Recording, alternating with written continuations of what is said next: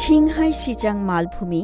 প্রকৃতি এখানে উদার। এখানকার প্রাকৃতিক সম্পদ, জীববৈচিত্র্য ও বাস্তুতন্ত্র সংরক্ষণে রয়েছে বিশেষ আইন।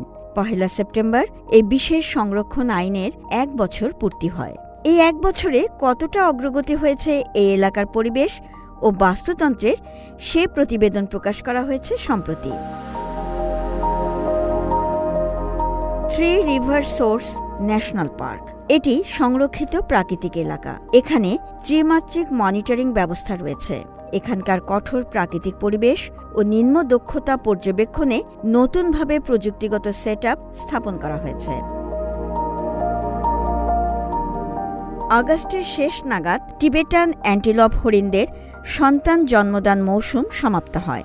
নতুন প্রযুক্তির মনিটরিং সরঞ্জাম দিয়ে তাদের সংখ্যা বৃদ্ধির বিষয়ে নিশ্চিত হওয়া গেছে।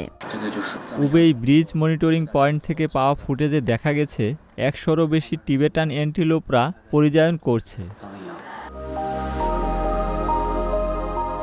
মনিটরিং সিস্টেমটিতে এখন ১,৯০,৭০০ বর্গ কিলোমিটার জুড়ে ১,০০০-এর বেশি মনিটরিং সাইট রয়েছে, যা সাধারণ এলাকার পরিবেশগত ধরন, প্রাকৃতিক ল্যান্ডস্কেপ এবং বন্যপ্রাণী সম্পর্কে রিয়েল টাইম ডেটা প্রদান করে।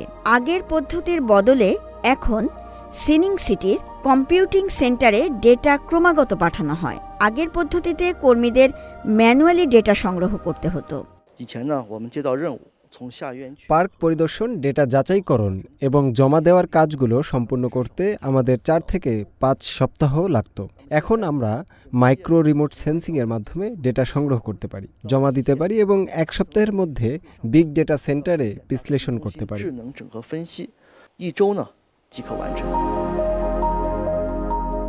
ছিংহাই সিচাং মালভূমিতে মাত্র কয়েক মাস আবহাওয়া মনোরম থাকে।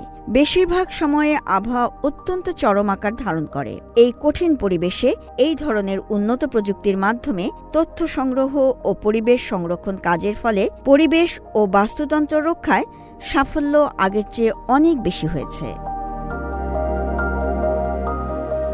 এই মালভূমিতে এখন পরিবেশ রক্ষায় কাজ চলছে। কাজের ভালো ফলাফলও পাওয়া গেছে। রক্ষা পাচ্ছে জীববৈচিত্র্য, পরিবেশ ও বাস্তুতন্ত্র। শান্তা মারিয়া, সিএমজি বাংলা।